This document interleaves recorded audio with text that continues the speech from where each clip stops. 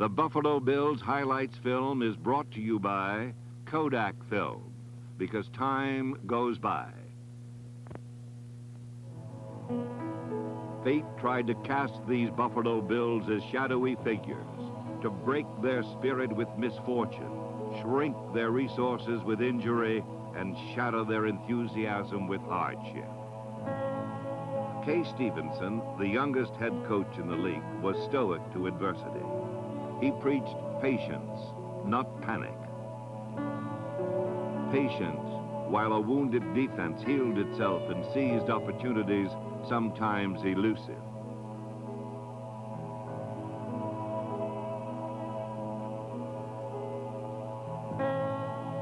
Patience, as the offense polished an attack more representative of the available firepower.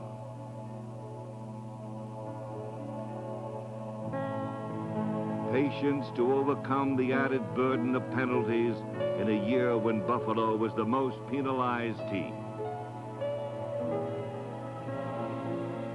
Patience as injuries took the most severe toll in the 24-year history of the franchise. Buffalo's ambition was not a disposable wrapper adrift in shifting currents. It was firmly in place around a team bursting with resolve.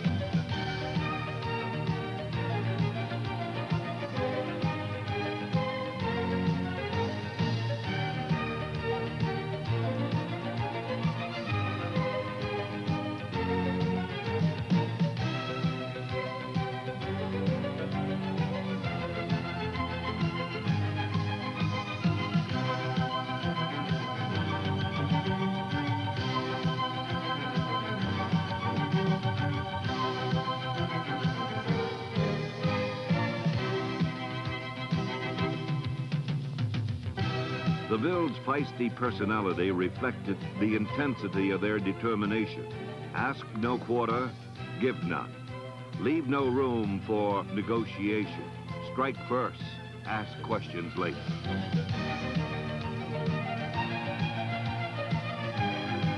What emerged was a football team fueled by a desire to excel. However steep the climb, however long the run, however punishing the pace. A team whose will never wavered against all odds.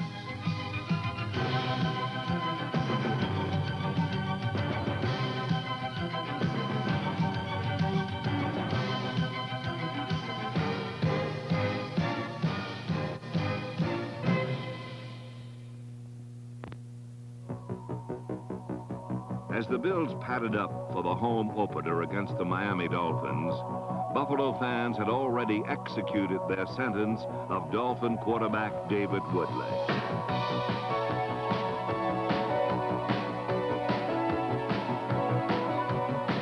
Picking up where they left off in 1982, the Buffalo defense plugged every gap. The Dolphins never did find the Buffalo end zone, but the Miami defense was equally resolute, and 4 field goals produced a 12-0 Dolphin victory. In Cincinnati, the defense continued to play superbly, but late in the game, the Bengals were only 18 inches away from denying Kay Stevenson his first NFL win. And it'll be 4th down coming up, with 2:38 remaining on the clock running. Let's see where they're going to put it down. At the half-yard line. Nothing like real crunch time, huh? Oh, this is it. Here come the Bengals. It is 4th and goal at the half-yard line. Alexander and Wilson are the setbacks. Schoenert, the quarterback. And he gives it to Alexander. He is nailed at the goal line. And he did not get in. The Bills have stopped them. The Bills have stopped Alexander short of the goal line.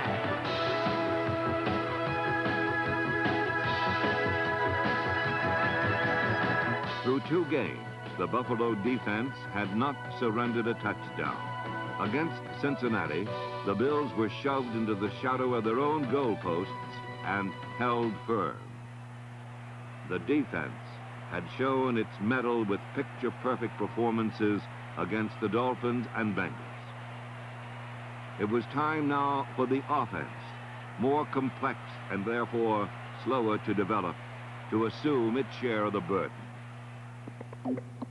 Stevenson's sophisticated offense emphasized movement. What you saw when the Bills broke the huddle was seldom what you got. Receivers in motion, backs in motion, I back, twin back, single back, shotgun. The Bills were an offensive smorgasbord. Defenses found it difficult to cope with Buffalo's multiple looks.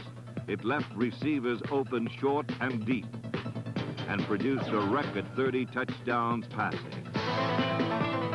Joe Ferguson's deft ball handling made defenses respect the fake and left wide open lanes for receivers like Mark Bramer to explore. Running back Joe Cribbs was the team's leading receiver and caught a club-high 7 touchdown passes. Ferguson orchestrated Stevenson's creative attack with a polish and precision born of 11 NFL seasons.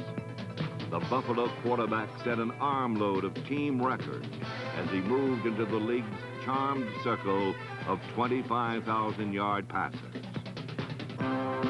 By week 3 against the Colts, the Bills' offensive presentation was winning favor as Ferguson and Frank Lewis made contact on 1 of 3 touchdown passes in a rich stadium victory.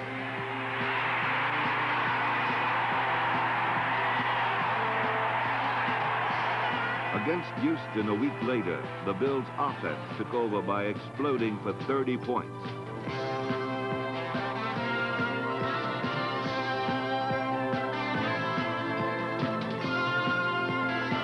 Cribbs pitched in 166 yards to the team's best one-game rushing total of the year.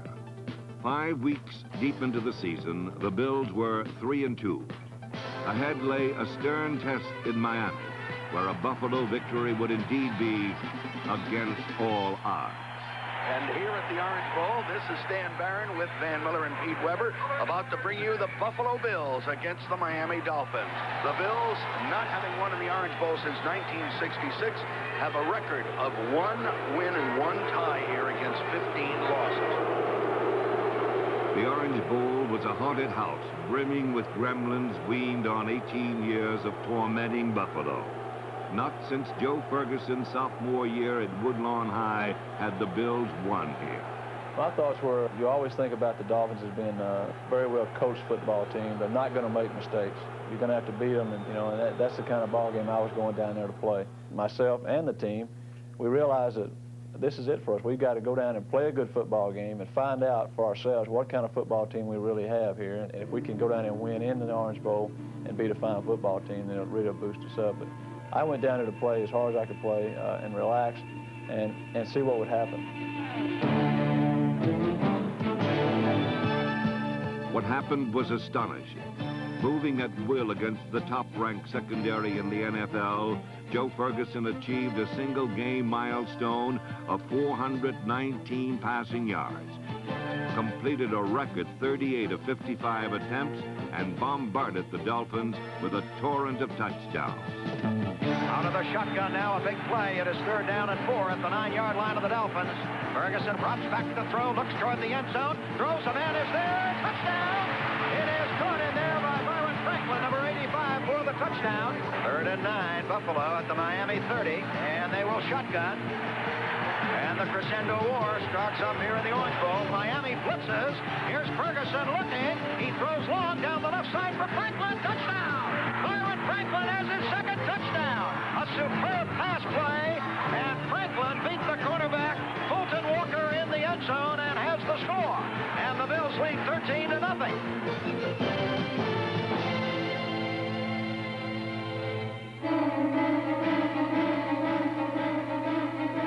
The Bills' early lead vanished almost as quickly as it had materialized. Miami was up to its old tricks, turning elation to frustration with a witch's brew of big plays.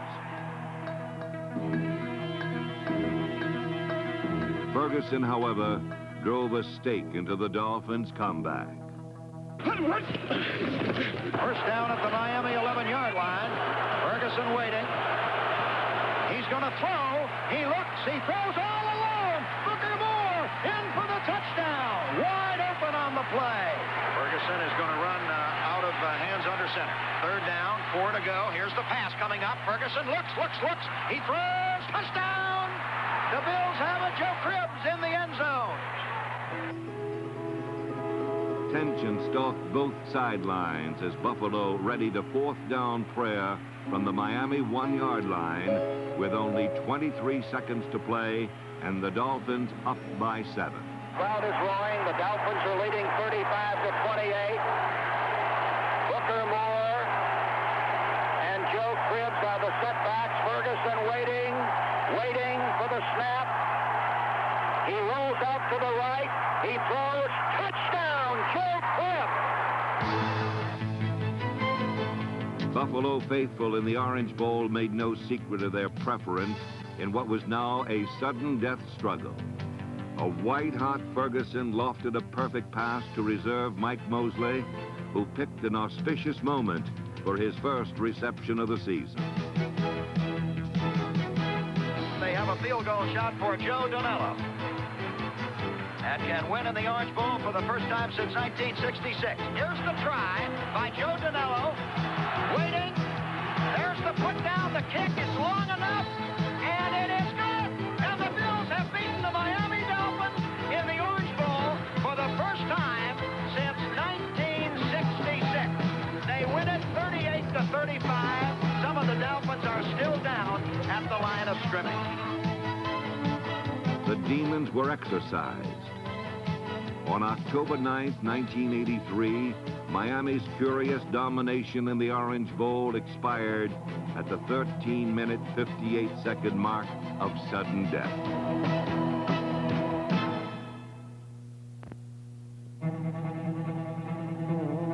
In Baltimore, to tackle the surprising Colts for top spot in the AFC East, Buffalo offered convincing evidence that its win in Miami was more than a mere stroke of good fortune.